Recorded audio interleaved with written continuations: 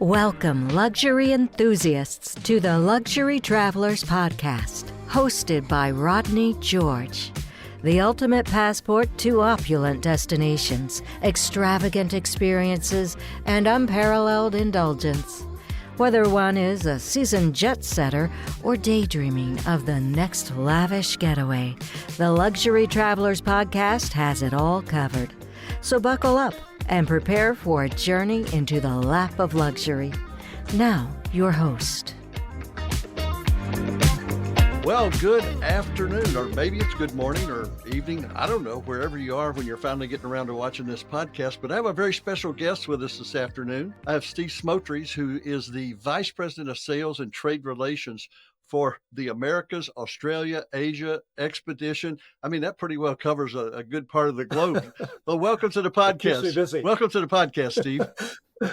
Thanks so much, Rodney. It is such a pleasure to be joining you today. And and happy 4th of July. A little early, but we're right on top of it. I already had somebody wish me celebrate the 4th with a 5th. No, that was years ago. I can't get away with that anymore. Fantastic. Well, how are things at Seabourn? Things are fantastic. We're at a really exciting period in our history right now. As you probably know, we've launched 2 brand new purpose-built expedition ships over the past 2 years. And in fact, this past week, we had the inaugural sailing for Seaborne Pursuit. She's in the Kimberley in Australia, really exciting region for expedition cruising. And we did something a little bit different there where we, you typically get a godparent of some sort, a celebrity, maybe a trade partner, something like that. We did something a little bit different there. We invited the local Aboriginal people of that region to be a collective godparent for Seaborne Pursuit, and has some really wonderful things going on. It's going to allow us to really play into our sustainability strategy and give back to those folks in those regions to really kind of help them further evolve their history and start new stories along the way as well. Well, that's a different approach for sure, as far as the godmother, godfather, whatever of the ship. Yeah. It's almost always a female, so that's definitely hitting a different stride for you guys. Yeah, it's really exciting, and again, I think if you're in the expedition game, sustainability needs to be front of mind, because you're going to these really fragile places on the planet, and it gives our mutual clients these opportunities to explore these regions. But it's really important to protect these really fragile environments. Not only, we think of sustainability from, protecting the oceans and the wildlife and things like that, but it's also the cultures that we're having the great pleasure of interacting with in these places. So what if, we talk luxury all the time because we're based in Naples, Florida. So, you feel like you have a good feeling for what differentiates the various players, especially in the cruise market. But from your perspective, what do you think it is out there, or what do you know it is, that differentiates Seabourn from all the other luxury cruise players? Yeah, it's challenging. We're at, again, a great time in cruising history where you've got so many fantastic products. I've had the great pleasure of being on a number of our competitors, and all fantastic products. And I think with Seabourn, what really makes us a little bit different is we really are focused on those guests who want a little bit more of a relaxed environment. It's more of an understated luxury feel when you're on board. And then the other big part of it is how we deliver the service. Look, if you're in the luxury game, you're going to be having to deliver high touch luxury in some capacity. But the Seabourn way of doing that is also, we encourage our team on board to develop a relationship with the guests, to get to know them, get to know their names, get to know their preferences, and really develop a bond and a relationship. And it's so interesting when our past guests that are very, very loyal, if we ask them, like, what's kind of a couple words that describes the experience and why you keep coming back, and they say the words that always come up over and over again is home and family. They feel that connection Yeah. and bond to the team and the product, and that's really powerful. So I think those are a couple things that are really powerful differentiators for us. Well, you certainly do a great job, and our clients that travel on your brand, they're very loyal to your brand. And I don't know, I don't know what started that. It might have been the caviar in the tuxedos in the water, and Does it hurt? no, caviar never hurts. Well, and that's so funny that they do get dressed up when they do that caviar on the surf, and they got the caviar and the champagne on the surfboard, and the team is like waiting in the water, and it's like a big party. But it's like the most dressed up like experience, and you're actually waiting Yeah, I in the feel water. that. But that's one of those signature Yeah. experiences that people really love. Was I supposed to get dressed up? All I have on is my swimming trunks. Exactly. Let's go back just a second, digress back to your expedition product, because you guys are rather Sure. unique in that space. What is it that you're doing with your area specific ships that you've built for these regions of the world, Yeah. just to differentiate from a traditional cruise ship, or even differentiate you from your competitors? Yeah, Rodney, it's been a really interesting journey there. It's not like Seabourn just jumped into the fray. There's all these new expedition ships and new expedition players. Um, we really started doing expedition kind of in a kind of ease our way into this space, let's say, back in 2013 when we took one of our ocean ships, Seabourn Quest. And if you know the design of our ocean ships, they have a unique feature where the back of the ship opens up.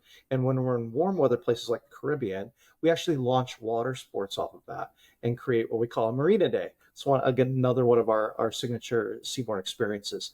But we thought, hey, we could really leverage that capability down in Antarctica. So we were taking Seabourn Quest down there and brought in a fantastic expedition team, and we launched zodiacs and kayaks and some different experiences off the back of those ships, and hugely successful. Those were some of our most popular itineraries for several years. But we knew, look, if we were going to be in the expedition space, we really need to evolve that experience. So we still have the same expedition leadership team as that started this all back in 2013. And we said, and they have been on a number of different expedition ships over the years, vast experience. And we said, okay, if you were to design the perfect expedition ship, what are the features that you would include? What are the things that are missing out there in other expedition ships? And they put all that knowledge and learnings into these two purpose-built expedition ships. And I'll tell you, they are state of the art. They are built with sustainability top of mind. And they have the ability to navigate into very remote corners of the planet and just provide our guests with the ultimate exploration experience. But since it is seaborne, it's not just about having a ship that is fully functional and can explore these places and things like submarines and kayaks and zodiacs and an incredible expedition team. But we also needed to bring that seaborne onboard experience to these ships. So even though they are significantly smaller, only 264 guests on each of these ships, you have so many different culinary options. You've got 3 different restaurants to choose from every night. You've got some nice entertainment, a lot of different venues. And that's really incredible in a ship this size, a world-class spa like we do on our ocean ships. And so you kind of can do everything imaginable from an expedition perspective, but still have all the creature comforts to come back to your beautiful suite and all these great accommodations on board. So it is really kind of a great marriage of luxury and expedition. Excellent answer. Hey, for the person that's watching this podcast, and maybe they've heard about Seabourn, perhaps they've traveled on luxury on other brands. What's the vibe that they're going to pick up at Seabourn that's different from some of your competitors? Yeah, I think it's a lively vibe. One of our brand pillars is active luxury. And active doesn't necessarily mean you have to be super active. You can be as active as you want or as relaxed as you want. But I think it more speaks to the energy on board. There's always something going on. If you're talking about our ocean ships, I mentioned the expedition ships, you've got 3 different restaurants to choose from every night.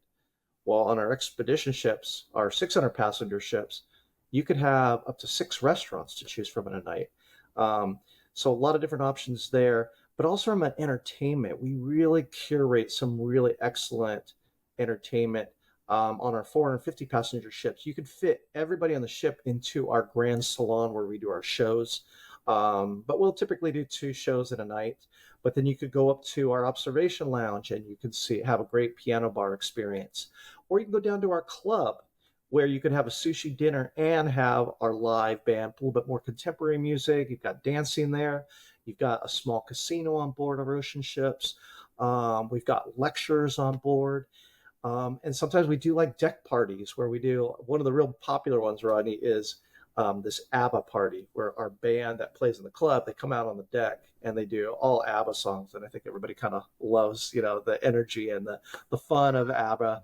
And that's something they'll do. Or sometimes we'll have a DJ out on the back, on the aft deck. So it's the liveliness of the experience. There's always something going on, some different choices for our guests to really fit to the different tastes that our various clients might have.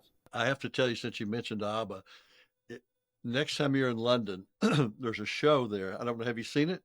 Called ABBA Voyage. I have not. It is. It's in the fairgrounds, the old Olympic fairgrounds out. I believe it's east Okay. of the Yep. city. I know where those are. And they built a facility just for this. It's ABBA, but they're holograms. They have a live band. Oh, They have really? recorded vocals from the 70s, and then they have these holograms that actually perform the songs, that talk to you in between the Oh, how songs. fun. It's about an hour-and-a-half show. And if you're in London, I'm going to London in about 3 weeks, and I've seen it a couple of times. I'm going to go see it again just Incredible. because. And I never was an ABBA fan back in the day, but I saw Mamma Mia in New York in the theater, and I Yeah, became a big very ABBA good. fan at that point in time. It's one of those bands that really has this longevity and brings in new audiences every year. It's one of those that I think just people love, and so that's become very, very popular. And so we really love the feedback we get about just the fun on board. I had a travel advisor who I know fairly well that sailed with me in back in October, and with a number of the other advisors. And she's one of those who are very, very honest. If she doesn't like it, she's going to tell me, which, I like that kind of feedback, but I said, look, I don't want to talk to you for the first 3 days, but then let's talk. And I want your honesty back. And the first words out of her mouth was, wow, this is a lot more fun than I thought it would be. And I'm just having the time of my life. So. Well, if you cater, your guests are basically the boomers. I would guess a high percentage. So it's just like when I go to the grocery store. I live in Naples, Florida. It's a place that you can move to thinking you're old and rich and be wrong about both. But when you go to the grocery store, they're playing my music from the late 60s and the 70s, and it makes you in a much better mood. And I'm guessing they've done studies that show that you spend more money when you're happy, right? Without a doubt. And the spectrum of music that they play on board is really broad. Like you said, 60s, 70s, but we'll get stuff up into the 80s and 90s, and that's becoming very popular. You're seeing a younger demographic of cruisers developing now. And so, I think it's important to create an environment that really is embracing to kind of all different ages on board. Do you do anything for the children if people are bringing, like we do a lot of multi-generational vacations where grandma and grandpa are picking up the tab for everybody. What are those 5, 7, 8-year-olds going to do on a Seabourn ship? Well, look, we don't get a whole lot on when we don't have a kids center and things like that. But every single sailing, you'll see a number of them. And I think to your point, Rodney, I think it is the multi-generation travel that's happening. And I think a lot of times it's the grandparents are like, look, we're going to pay for this vacation, but we want to go on We're going to go on our brand, right? a more, yeah, this is all about us, but we want the family to come. And so I think it's, different kids are probably better suited who are, and if you're traveling in a group, they're going to have fun. But look, it's about the destination too, right? And Seabourn provides these opportunities because the ships are smaller to go to small and intimate ports. And so if you're doing, let's say, the Mediterranean, you're probably going to have a port day every single day in between. You may start in like a Venice and finish in like an Athens, but everything in between is going to be these small, intimate ports with really, really fun experiences that even kids are going to love. If you were to describe your itinerary offerings, I mean, we've talked a lot about your expedition ships, which I'm assuming you're covering the poles and you're covering Galapagos, and now you're doing the Kimberleys. What about all those other ships you have? What kind of itineraries are we looking at? Yeah, we go to all 7 continents now, especially with the expedition ships. So we're really going everywhere. A lot of Mediterranean content. We do Eastern Med and Western and really everything in between. So a lot of options there, up into Western Europe and Northern as well. Alaska, a lot of people I know have experienced Alaska, probably done it on larger ships. On Seaboard, you're going to get a very different experience. I always say, if you're thinking about expedition, you might want to try Seabourn, Alaska, because it's going to be on one of our ocean ships. And like I mentioned, when we used to do expedition-like experiences down in Antarctica, we do that still in Alaska, where we have exhibition team members on board, and we have optional experiences where we launch the Zodiacs off the back of the ship. And we're going into these small fjords, again, smaller ports that aren't that parking lot of cruise ships like you'll see like in the Skagway and Ketchikan and places like that. So you get a very different experience there, which is really great. But we also do things like Canada, New England, down in the Caribbean. Caribbean, again, we go to smaller islands, more intimate places, and all over Asia. We always have a different world cruise every year that we mix up as well. So you can either do that whole full, maybe 120, 140 days, or you can do a small portion of that. So it's really all over the place. And again, the expedition has really allowed us to go into do a deeper dive into these really remote regions. Some of them that you mentioned, but also like the Amazon. Again, ships are smaller, can really explore deeper into the Amazon, going places like into South Georgia, where you get to see the king penguins. Right. And then down in the South Pacific too, exploring places like Papua New Guinea. So, and I think expeditions really kind of just scratching the surface. There's so many different experiences out there that expedition allows you to explore a little deeper. You touched on world cruises. So, if I'm a veteran cruiser and I've tried several of the luxury brands, and what's the experience like for somebody to step out and go, okay, we're going to do that 120, 140, 160 day cruise. I have some clients that do it every other year, but so I kind of know what the experience is. But for the people that are watching, what's that experience like with Seabourn? Yeah, well, I think the great thing about that, Seabourn in general, because the ships are so small, I talked a little bit about that interaction where you create a relationship with the team on board. It's very much about community and that connection with not only with the team, but also with your fellow passengers. And when you're doing a world cruise, that community becomes very, very tight. You get to know everybody on board the ship, and you're going on this incredible adventure and exploring, and a lot of times multiple continents, and obviously many different countries. And so I think this bonding that you get in this community really enriches the experience of going on such an incredible place. And we really try to change the different ways that we're doing world cruise. So for example, this year instead of doing the traditional world cruise, we're doing what's called Grand Africa. And it's a round trip. I think this leaves in November. And it's a round trip Barcelona trip that goes down the west coast of Africa, all the way pretty far up the east coast, and then comes back around, but doesn't repeat any ports along the way. Now, we were originally going to do the full circumnavigation, but unfortunately, due to the geopolitical climate in the Red Sea region, we had to tweak that a little bit. But it allows our guests not only to have this really immersive experience into Africa, also opportunities to get off, go and do safari, and rejoin the ship. So that's completely different spin on the traditional world cruise that you would do.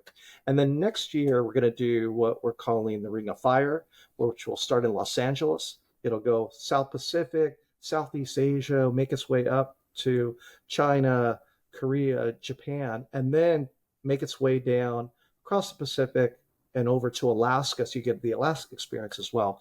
So really always trying to get creative with the world cruise. And, and I think our guests, to your point, they come back maybe every year, but at least every 2 years. There's a lot of people that are doing that. And so they are looking for, hey, I've already done maybe a full circumnavigation. I want to do something different, but in that kind of same vein of what a world cruise is like.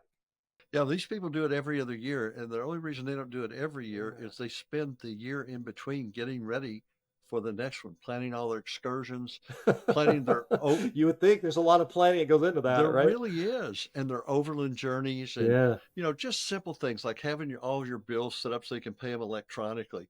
I mean, and these people have a dog that they leave with a dog sitter for 150, 180 days every other Yeah, year. that dog is going to disown them and they're gone that long. Who are you and why are you here? Well, also where we are now and how technology is evolving, we have Starlink on all of our ships. So even if you're gone for a long time like that, you're still really able to stay connected. And Starlink is included in your cruise fare, and that's also on our expedition ship. So I was actually down in Antarctica last year, right after we got the Starlink, and was able to do, calls like this, like video chats seamlessly below the Antarctica Circle. So it just, Wow. I think we're in a different time now where you can stay connected to loved ones.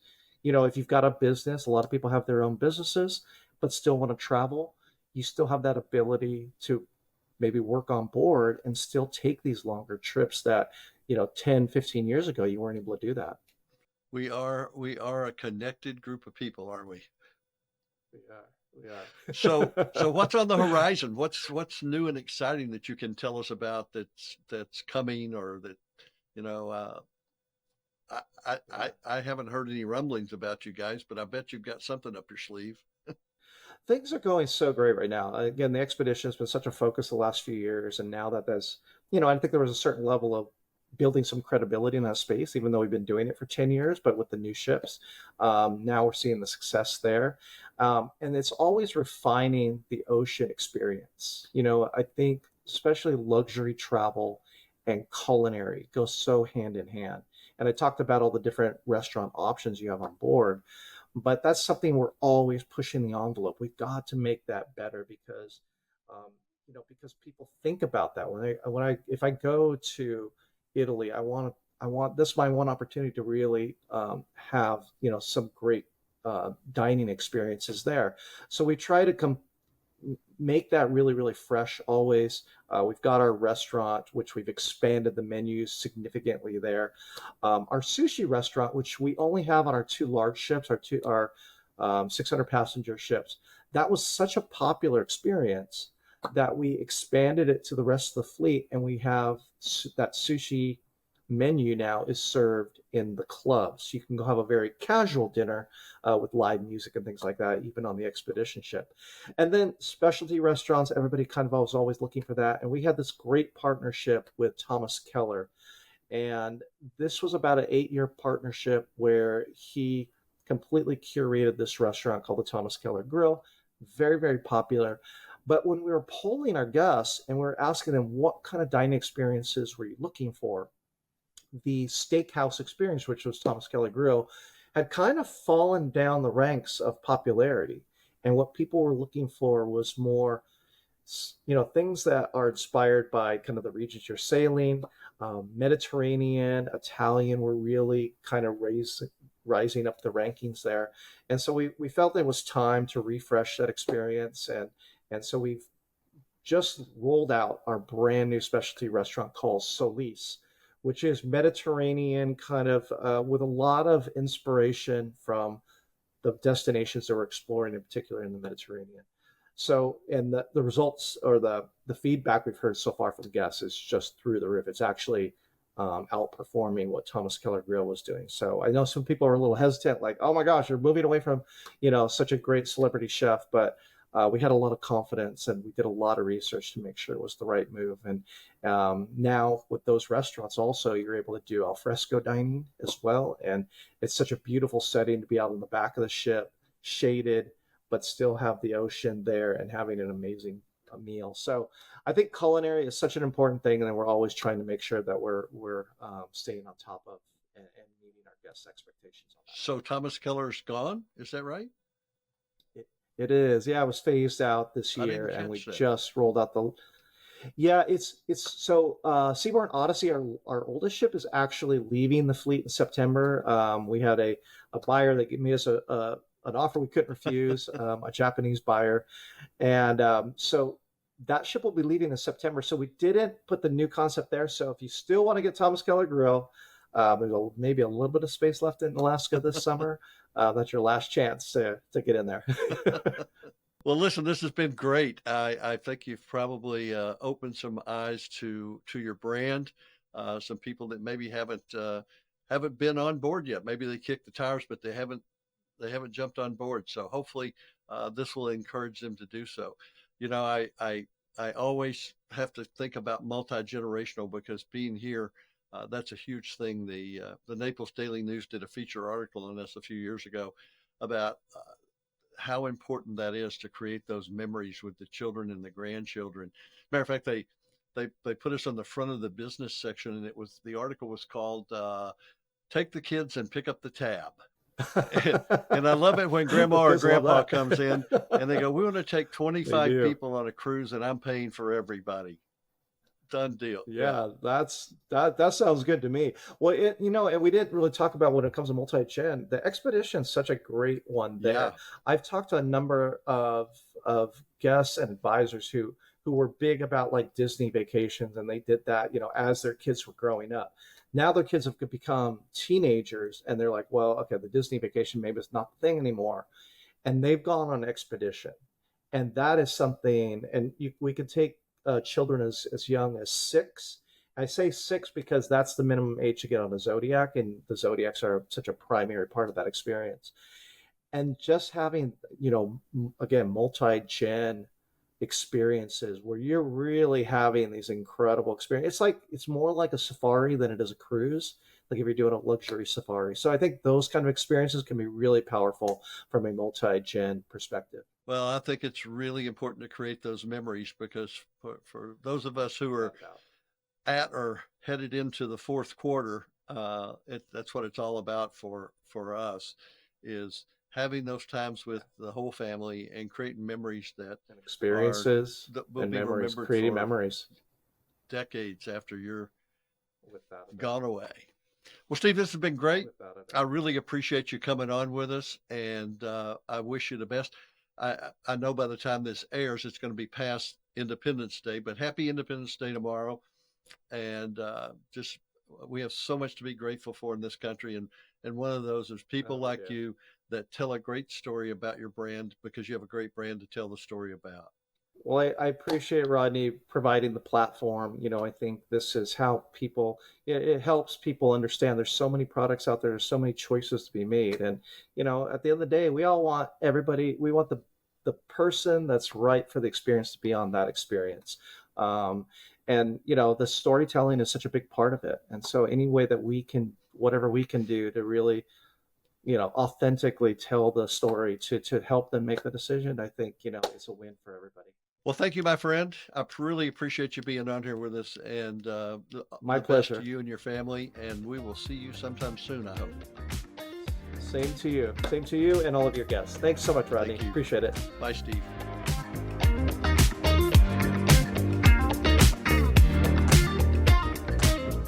Thanks for joining us on the Luxury Travelers Podcast.